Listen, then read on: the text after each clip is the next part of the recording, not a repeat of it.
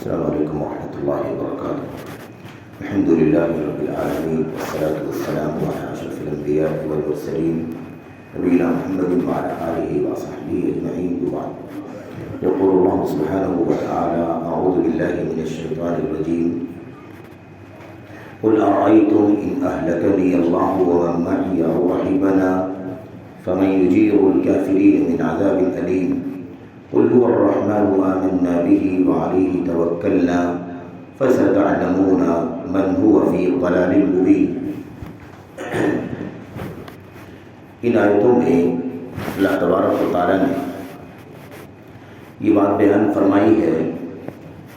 کہ کفار اللہ تبارک و تعالیٰ کی توحید اور اس کے دین سے بغاوت کرنے والے اللہ تعالیٰ کے یہاں قیامت کے دن اپنی نجات کی فکر کریں، انہیں نجات کیسے ملے گی۔ وہ اسلام اور اہل اسلام اہل ایمان کے خلاف جو کچھ بھی بری تمنائیں چاہتے رکھتے ہوں وہ رکھیں، لیکن اپنی فکر کریں کہ کفر کے ساتھ اللہ تبارک و تعالیٰ انہیں نجات کیسے دے گا، انہیں اپنی نجات کی فکر ہونی چاہیے۔ اس مضمون کو اللہ تبارک و تعالیٰ یہاں بیان فرما رہا ہے۔ اللہ کہتا ہے، فرماتا ہے قل ارأیتم ان اہلکنی اللہ، آپ کہہ دیجئے، یعنی نبی کریم صلی اللہ علیہ وسلم کو خطاب ہے۔ اللہ عز و جل فرماتا ہے آپ کہہ دیجئے ارأیتم، ذرا مجھے بتاؤ، ان اہلکنی اللہ، اگر اللہ تبارک و تعالیٰ مجھے ہلاک کر دے، مجھے مار ڈالے، اور رحیم ومن معی، اور ان لوگوں کو جو میرے ساتھ ہیں، مجھے اور میرے ساتھیوں کو اللہ تبارک و تعالیٰ ہلاک کر دے، مار ڈالے، اور رحیمنا، یا اللہ تبارک و تعالیٰ ہم پر رحم فرمائے۔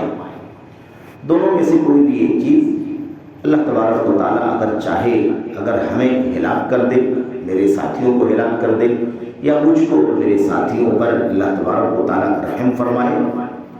مسئلہ یہ ہے کہ کافروں کو کون نجات دے گا؟ اللہ فرماتا ہے فَمَن يُجِيرُ الْكَافِرِينَ مِنْ عَذَابٍ أَلِيمٍ، آخر کافروں کو دردناک عذاب سے کون بچائے گا؟ کفار ہماری موت کی تمنا کر رہے ہیں، ہمارے ایمان لانے والے ساتھیوں کی موت کی تمنا کر رہے ہیں۔ ٹھیک ہے، اللہ تبارک و تعالیٰ مجھے مار ڈالے، میرے ساتھیوں کو مار ڈالے، یا ان کی تمنا پوری نہ ہو، اللہ تعالیٰ مجھ کو اور ایسے ہی میرے ساتھیوں کو اپنی رحمت میں رکھے۔ مسئلہ یہ ہے کہ کافروں کو جہنم کے عذاب سے، دردناک عذاب سے کون بچائے گا؟ ہم آپ جانتے ہیں کہ کفار مشرکین نبی کریم صلی اللہ علیہ وسلم کی موت کی تمنا کیا کرتے تھے، مر جائے، ہلاک ہو جائے، تباہ ہو جائے، اور اس کے علاوہ مختلف موقعوں پر جب انہیں میسر آتا تھا تو نبی کریم صلی اللہ علیہ وسلم کو ہلاک کرنے، آپ کی جان لینے کی کوشش بھی کیا کرتے تھے۔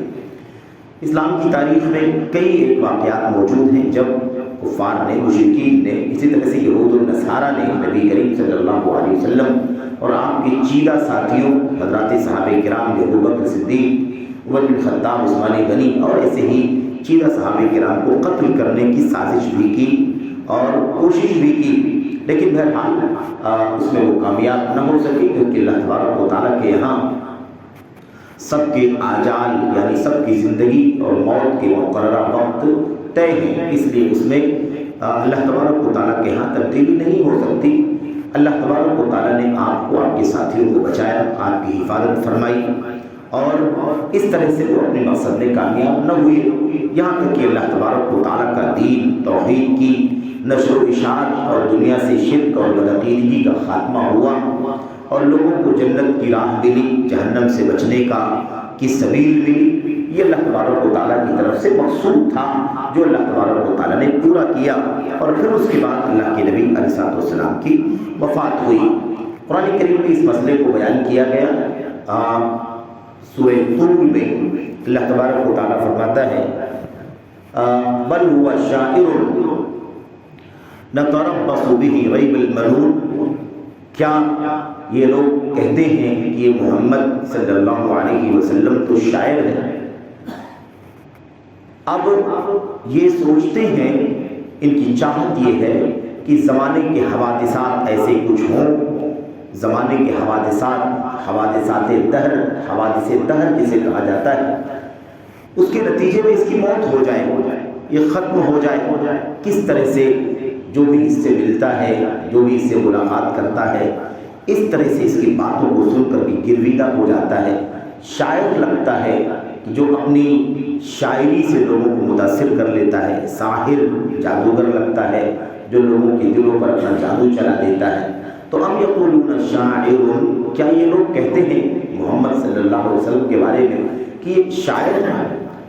اور پھر چاہتے ہیں کہ زندگی کے حوادث ایسے ہوں کہ یہ موت کے گھاٹ اتر جائے، ختم ہو جائے۔ ایسے ہی اللہ تبارک و تعالیٰ نے فرمایا انک میت وانہم میتون، یہ لوگ چاہتے ہیں کہ آپ مر جائیں، تو کوئی مسئلہ نہیں ہے، اگر آپ مر جائیں گے تو مرنا تو سب کو ہے، یہ بھی مر جائیں گے۔ جو لوگ موت کی تمنا آپ کی کر رہے ہیں، ایسا نہیں ہے کہ یہ زندہ رہیں گے، یہ بھی اپنے وقت پر مر جائیں گے۔ تو موت کی تمنا کرتے تھے، ہلاکت کی تمنا کرتے تھے، لیکن اللہ تبارک و تعالیٰ نے یہاں اللہ کے نبی صلی اللہ علیہ وسلم سے کہا آپ کہیے کہ اللہ تبارک و تعالیٰ اگر مجھے ہلاک کر دے، میرے ساتھیوں کو، ایمان لانے والوں کو ہلاک کر دے، یا اللہ تبارک و تعالیٰ ہم پر رحم فرمائے، فَمَن يُجِيرُ الْكَافِرِينَ مِنْ عَذَابٍ أَلِيمٍ، کافروں کو دردناک عذاب سے کون بچائے گا؟ یہ فکر کرنے کی ضرورت ہے۔ تو ہماری موت، ہماری ہلاکت، ہمارے بچنے، ہم پر رحم ہونے، اس کا مسئلہ ہم سے متعلق ہے۔ تم اپنی فکر کرو، تم تو ایمان والے نہیں ہو، تم کفر کرتے ہو اللہ تبارک و تعالیٰ کی توحید سے بغاوت، تم دیوی دیوتا، مورتی، مجسمے اور اسی طرح سے مختلف اللہ کے سوا کی تم پرستش اور پوجا کرتے ہو۔ بھلا تم اپنی نجات کی فکر کرو کہ تمہیں نجات کیسے ملے گی۔ ہم اور آپ اچھی طرح سے اس بات کو جانتے ہیں کہ قرآن کریم میں اس مسئلے کو اللہ تبارک و تعالیٰ نے بیان فرمایا کہ قیامت کے دن یہ کفار، یہ مشرکین جو توحید کے بغیر، ایمان خالص کے بغیر دنیا سے مر گئے ہوں گے، قیامت کے دن یہ بہت سارے راستوں کی تلاش کریں گے جس سے انہیں نجات مل جائے، جہنم کے عذاب سے بچ جائیں، کسی طرح سے وہ جہنم سے نجات پا لیں اور جنت میں داخل ہو جائیں۔ مثال کے طور پر فدیہ دینا چاہیں گے، روئے زمین کی ساری دولت اللہ تبارک و تعالیٰ کی راہ میں خرچ کرنا چاہیں گے کہ اگر آج ہمارے پاس دنیا کی ساری دولت ہوتی تو جہنم کے عذاب سے بچنے کے لیے ہم دے دیتے، لیکن ظاہر ہے کہ ان کے ہاتھ میں کچھ ہوگا نہیں، لیکن اگر ان کے پاس ہوتا اور وہ دے دیتے تب بھی اللہ تبارک و تعالیٰ انہیں جہنم کے عذاب سے نہیں بچاتا۔ ایسے ہی دوستی، ایسے ہی سفارش، ایسے ہی مددگار انصار تلاش کریں گے کہ کوئی مددگار ہو جائے، کوئی حمایتی مل جائے، کوئی ہمارا سپورٹ کرنے والا مل جائے، کوئی ہمارا دفاع کرنے والا مل جائے، لیکن اللہ تبارک و تعالیٰ فرماتا ہے کہ کوئی بھی چیز اس دن کام نہیں آئے گی۔ اللہ تعالیٰ نے اس بات کو بیان فرمایا لا خلہ ولا شفاعہ، نہ تو سفارش کام آئے گی، نہ جگری دوستانہ کام آئے گا، یارانہ کام آئے گا، نہ فدیہ، نہ کفارہ، کچھ بھی انسان کو کام نہیں آئے گا۔ کفار، مشرکین جو توحید کے بغیر دنیا سے گئے ہیں، ان کا ابدی ٹھکانہ جہنم ہے، ہمیشہ ہمیشہ کے لیے۔ اور اس بات کو اللہ کے نبی علیہ السلام نے اس طرح بھی سمجھایا کہ ایک شخص جو دنیا میں بہت زیادہ نعمتوں میں پلنے والا ہوگا، بہت زیادہ نعمتوں میں پلنے والا ہوگا، بلکہ سب سے زیادہ نعمتوں میں پلنے والا، اس کو قیامت کے دن لایا جائے گا۔ اللہ کے نبی صلی اللہ علیہ وسلم نے فرمایا یؤتی بِأَنْعَمِ أَهْلِ الدُّنْيَا مِنْ أَهْلِ النَّارِ، قیامت کے دن سب سے زیادہ نعمتوں میں رہنے کھیلنے والے شخص کو لایا جائے گا جو جہنمی ہوگا، انجام کے اعتبار سے جہنمی، اور ایسا وہی ہوگا جس کے پاس ایمان نہیں ہوگا، جو توحید کے بغیر کفر اور شرک پر مر گیا ہوگا، دنیا میں بے انتہا نعمتوں میں اللہ تبارک و تعالیٰ کی طرف سے عطا کردہ وہ لطف اندوز ہو رہا ہوگا، ایسے شخص کو لایا جائے گا۔ اللہ کے نبی صلی اللہ علیہ وسلم نے فرمایا فَيُسْبَغُ فِي النَّارِ صَبْغَةً یا يُغْمَسُ فِي النَّارِ غَمْسَةً، اسے ایک ڈبکی، بلکہ نہیں، اللہ کے نبی صلی اللہ علیہ وسلم نے فرمایا اس نقطے میں، یعنی کافر جہنمی شخص کو جب لایا جائے گا میرے بھائیوں، اسے جنت میں ایک ڈبکی لگوائی جائے گی، اسے جہنم میں ایک ڈبکی لگوائی جائے گی، اور جہنم کی حرارت، اس کا سمو، اس کی لپٹ، اس کی تیز، اس کی سوزش، اس کی جلن، گرمی، میرے بھائیوں ایک ڈبکی لگا کر کے اسے باہر نکالا جائے گا۔ اللہ تبارک و تعالیٰ اس سے پوچھے گا، اپنے بندے سے کہے گا هل مر بک نعیم قط هل رأیت خیرا قط، بندے یہ بتا کہ کیا تو نے آج تک کوئی نعمت دیکھی ہے، کوئی نعمت دیکھی ہے، کیا تیرے ساتھ کوئی بھلائی کا معاملہ کبھی ہوا ہے؟ تو ایک دبکی کے نتیجے میں وہ کہے گا لا یا ربی، اے پروردگار آج تک کوئی نعمت تو میں نے دیکھی نہیں، آج تک زندگی میں کوئی سکھ نہیں دیکھا، کوئی چین نہیں دیکھا، پوری زندگی نعمتوں میں پلنے والا، اور انعم اہل الدنیا، دنیا کا سب سے بڑا نعمتوں میں پلنے والا۔ یعنی آپ اگر آج سمجھنا چاہیں تو کوئی بہت سب سے بڑا بادشاہ، کوئی سب سے زیادہ دولت والا، آج کل دنیا میں اس طرح بھی سروے کیا جاتا ہے کہ پوری دنیا کا سب سے زیادہ دولت مند ریچسٹ کون ہے، اور ورلڈ وائڈ پہلے نمبر پر کون ہے جس کے پاس سب سے زیادہ دولت وغیرہ۔ اس طرح سے اگر آپ کسی کو جانتے ہو جو سب سے اونچے درجے کا ہو، اس کو قیامت کے دن لایا جائے، جہنم میں ایک ڈبکی لگائی جائے، پھر اللہ اس سے پوچھے کہ کیا کوئی نعمت دیکھا ہے، کبھی کوئی خیر دیکھا ہے، کبھی کوئی سکھ اور چین دیکھا ہے؟ تو ایک ڈبکی کی وجہ سے اس دنیا کی ساری نعمتوں کو بھول جائے گا۔ جہنم کا عذاب اس وقت اس حد اس درجہ سخت ہوگا کہ ساری نعمتیں ختم ہو جائیں گی، بھول جائیں گے۔ اس کے برعکس اللہ کے نبی علیہ الصلوۃ والسلام نے فرمایا وَيُؤْتَىٰ بِأَشَدِّ النَّاسِ بُؤْسًا مِنْ أَهْلِ الدُّنْيَا مِنْ أَهْلِ الْجَنَّةِ، دنیا کے اس شخص کو قیامت کے دن لایا جائے گا جو سب سے زیادہ بے بس فقیر محتاج اور مختلف مشکلات اور زندگی بھر پریشانیوں میں، دکھ میں اور بے چینی میں زندگی گزارا ہوگا، لیکن من اہل الجنہ، انجام کے اعتبار سے وہ جنتی ہوگا، کیونکہ ایمان اور توحید خالص اور اللہ تبارک و تعالیٰ کا تقویٰ اس کے پاس ہوگا۔ اللہ تبارک و تعالیٰ اس سے پوچھے گا، اسے جہنم کی، اسے جنت میں ایک ڈبکی لگوائے گا، یغبس فی النار یسبغ فی الجنۃ صبغہ، جنت میں ایک ڈبکی لگا کر کے اسے باہر نکالا جائے گا۔ جنت کی ہوا، اس کی خوشبو، اس کی رحمتیں اور دیگر اللہ تبارک و تعالیٰ کی نعمت کے جو انبار جنت میں ہوں گے، اس سے ایک جھٹکا ایک لمحے کے لیے گزار کر کے باہر نکالا جائے گا۔ اللہ تبارک و تعالیٰ اسے پوچھے گا یہ بتا کہ کیا تجھے زندگی میں کبھی کوئی تکلیف ہوئی ہے، کبھی کوئی پریشانی کا سامنا کرنا پڑا ہے، کبھی زندگی میں کوئی تکلیف کوئی دکھ دیکھا ہے؟ بندہ کہے گا اللہ میں کیا جانوں دکھ کیا ہے، تکلیف کیا ہے، مشقت کیا ہے، پریشانی کیا ہے، میں تو نعمتیں ہی جانتا ہوں، کچھ نہیں جانتا۔ تو پوری زندگی کی نعمتوں میں پلنے والا ایک ڈبکی میں بھول جائے گا، اور پوری زندگی دکھ اور بے چینی میں زندگی گزارنے والا جنت کی ایک ملاقات سے میرے بھائی اسے بھول جائے گا۔ تو اللہ تبارک و تعالیٰ کے یہاں یہ عام بات ہے، ایک اٹل فیصلہ ہے، اس میں کوئی تبدیلی ہونے والی نہیں۔ تو کافروں کو اللہ تبارک و تعالیٰ نجات کیسے دے گا؟ کافروں کو اس کی فکر کرنے کی ضرورت ہے۔ دنیا کی کوئی نسبت، کوئی حوالہ اور کوئی بھی سبب اور ذریعہ اسے کل قیامت کے دن نجات نہیں دلا سکتا، خواہ کوئی بھی ہو، کتنے بھی اونچے مقام کا ہو۔ صحیح بخاری میں حضرت ابراہیم خلیل اللہ علیہ السلام کا اور ان کے والد آزر کا واقعہ اللہ کے نبی علیہ السلام نے بیان فرمایا۔ آزر جو حضرت ابراہیم کے والد تھے، آپ سب جانتے ہیں، بت فروش تھے اور بت پرست تھے، کفر و شرک پر رہے اور اسی پر ان کی موت ہو گئی۔ ابراہیم علیہ السلام والد کو مسلسل سمجھاتے رہے، وہ نہ مانے، بلکہ بیٹے سے سخت لب و لہجے میں کہا کہ ہٹ جاؤ، دور نکل جاؤ، دور ہو جاؤ مجھ سے، ورنہ میں تمہیں پتھروں سے مار کے ختم کر دوں گا، مجھے میرے حال پر چھوڑ دو۔ بہرحال خلاصہ اس کا یہ ہے کہ صحیح بخاری میں اللہ کے نبی نے فرمایا کہ قیامت کا دن ہوگا، ابراہیم علیہ السلام اور آزر کی ملاقات ہو جائے گی، ابراہیم علیہ السلام اور ان کے والد آزر کی ملاقات ہو جائے گی۔ ظاہر سی بات ہے ابراہیم علیہ السلام اپنے باپ کے چہرے پر غبرۃ وقطرہ، جیسا کہ اس سے پہلے والی آیت کریمہ میں بات آئی تھی، فلما رأوہ زلفۃ سیئت وجوہ الذین کفروا، کافروں کے چہرے بگڑے ہوئے ہوں گے۔ تو ابراہیم علیہ السلام اپنے باپ آزر کے چہرے پر غبرۃ وقطرہ، چہرے پر دھول مٹی گرد و غبار مایوسی کے آثار دیکھیں گے، کیونکہ جہنم کا فیصلہ ہونے والا ہوگا ان کے لیے، کیونکہ کفر پر شرک پر دنیا سے گئے ہوں گے بت پرستی کرتے ہوئے۔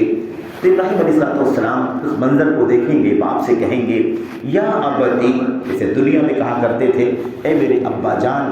اے میرے ابا جان، ایسے ہی قیامت کے دن کہیں گے الم اقل لک لا تعصینی،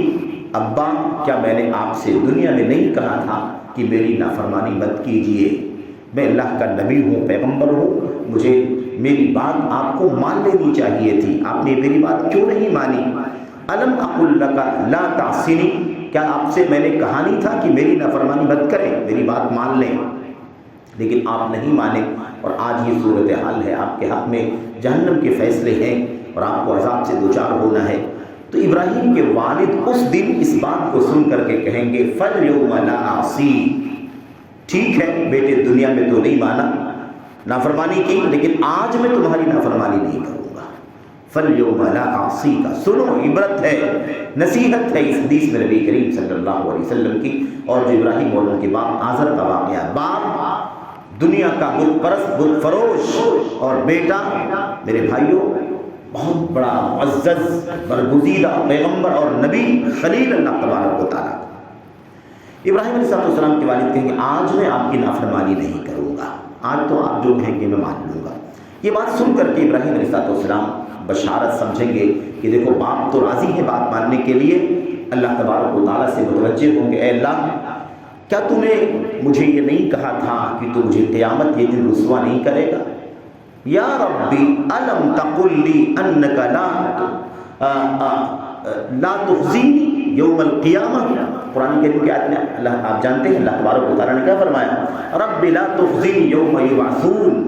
ابراہیم علیہ السلام دعا فرمائی اے اللہ جس قیامت کے دن سب لوگوں کو دوبارہ مرنے کے بعد زندہ کیا جائے گا، سارے لوگ حاضر ہوں گے، مجھے اس دن رسوا نہیں کرنا۔ یہ دعا ابراہیم علیہ السلام نے فرمائی۔ اسی کا حوالہ دے کر کے ابراہیم اللہ سے کہیں گے اے اللہ کیا تو نے مجھے اس بات کا وعدہ نہیں کیا تھا کہ قیامت کے دن تو مجھے رسوا نہیں کرے گا؟ تو اللہ فرمائے گا بے شک میں نے وعدہ کیا تھا تجھے رسوا نہیں کروں گا، کیا کہنا چاہتے ہو؟ تو ابراہیم کہیں گے اے اللہ تو مجھے رسوا نہیں کرے گا، لیکن ایو خزی ہذہ ایو خزی من ابی الابعد، اے اللہ اس سے بڑی رسوائی کیا ہے آج میری کہ میرا باپ جس کے خون کا میں حصہ ہوں وہ آج سب سے زیادہ دور ہے مجھ سے، میں جنت میں اور میرا باپ جہنم کی آگ میں جلے گا، اس سے بڑی رسوائی اور میری کیا ہو سکتی ہے؟ یہ بات ابراہیم علیہ السلام اللہ تبارک و تعالیٰ سے کہیں گے تو اللہ تبارک و تعالیٰ اس کے جواب میں کیا فرمائے گا، یا ابراہیم انی حرمت الجنت علی الکافرین، ابراہیم میں نے یہ تو کہا تھا، وعدہ تو کیا تھا کہ تجھے رسوا نہیں کروں گا، اور واقعی رسوا نہیں کروں گا، لیکن یہ مطالبہ کہ باپ آپ کا جہنمی ہو رہا ہے اس کے لیے نجات کی کوئی راہ نکل جائے تو فیصلہ اٹل ہے،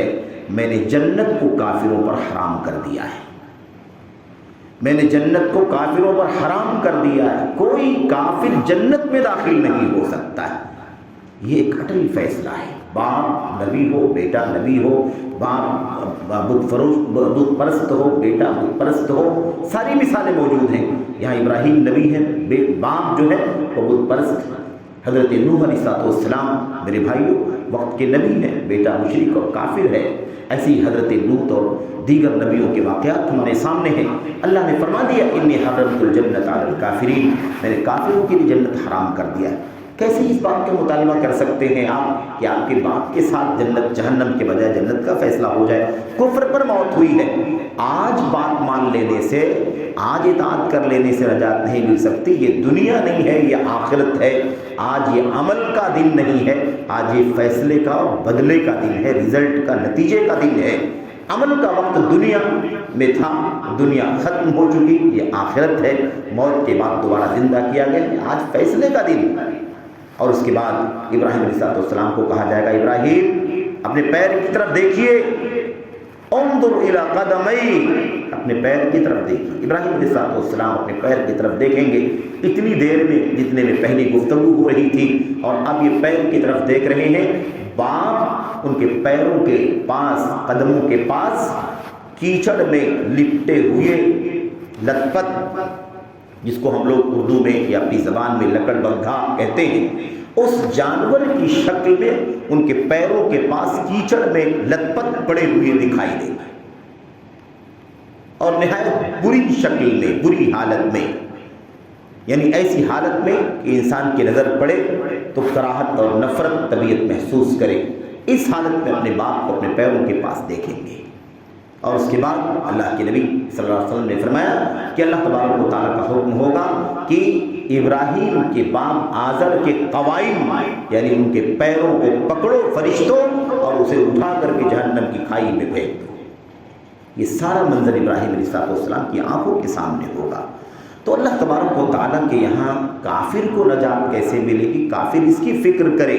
ہماری موت کی تمنا کرنے سے تم کو کیا ملے گا؟ ہم مر جائیں، زندہ رہیں، ہمارا ساتھی مر جائیں، ہمارے ساتھی زندہ رہیں، اللہ ہم کو عذاب میں مبتلا کرے، ہلاک کر دے، اللہ ہم پر رحم فرمائے، یہ تو بات کی بات ہے، ہمارے ساتھ کیا ہوگا اس کی فکر نہ کرو، اپنی نجات کی فکر کرو۔ اگر ہمیں اللہ تعالیٰ ہلاک بھی کر دے یا ہمیں اللہ تعالیٰ ہم پر اللہ تعالیٰ رحم بھی فرمائے، لیکن فَمَن يُجِيرُ الْكَافِرِينَ مِنْ عَذَابٍ أَلِيمٍ، کافروں کو دردناک عذاب سے کون بچائے گا؟ قُلْ هُوَ الرَّحْمَنُ آمَنَّا بِهِ، آپ کہہ دیجئے، اللہ تبارک و تعالیٰ فرماتا ہے پھر اگلی آیت میں قُلْ هُوَ الرَّحْمَنُ، آپ کہیے وہ اللہ تبارک و تعالیٰ رحمان ہے، بے انتہا رحم کرنے والا ہے۔ آمنا بھی، ہم تو اس پر ایمان لائے ہیں، تم تو کفر کرنے والے ہو، ہم تو اس اللہ رحمان پر ایمان لانے والے ہیں۔ وعلیہ توکلنا، ہاں اور ہم نے اسی اللہ تبارک و تعالیٰ پر توکل اور بھروسہ کیا ہے، ہمارا ایمان اللہ پر، ہمارا توکل اللہ پر، ہم اللہ پر ایمان لانے والے مومن بندے ہیں۔ ہمیں اللہ تعالیٰ ہلاک کرے، ہم پر رحم کرے، ہم ایمان لانے والے ہیں، اللہ پر توکل کرنے والے ہیں۔ اس کا نتیجہ، اس کا انجام جہنم نہیں ہے، اس کا انجام جنت ہے۔ اگر ہم سے کوتاہی بھی ہو یا کوتاہی نہ بھی ہو، اللہ ہلاک کرنا چاہے ہلاک کر دے، رحم کرنا چاہے رحم کرے، لیکن ہماری حالت یہ ہے کہ وہ اللہ تبارک و تعالیٰ رحمان ہے اور ہم اس پر ایمان لانے والے، اس پر توکل اور بھروسہ کرنے والے ہیں۔ اس کے بعد کیا فرمایا؟ فَسَتَعْلَمُونَ مَنْ هُوَ فِي ضَلَالٍ مُبِينٍ، بہت جلد تمہیں پتہ چل جائے گا کہ گمراہی میں کون ہے، کھلی ہوئی گمراہی میں کون ہے، تم ہو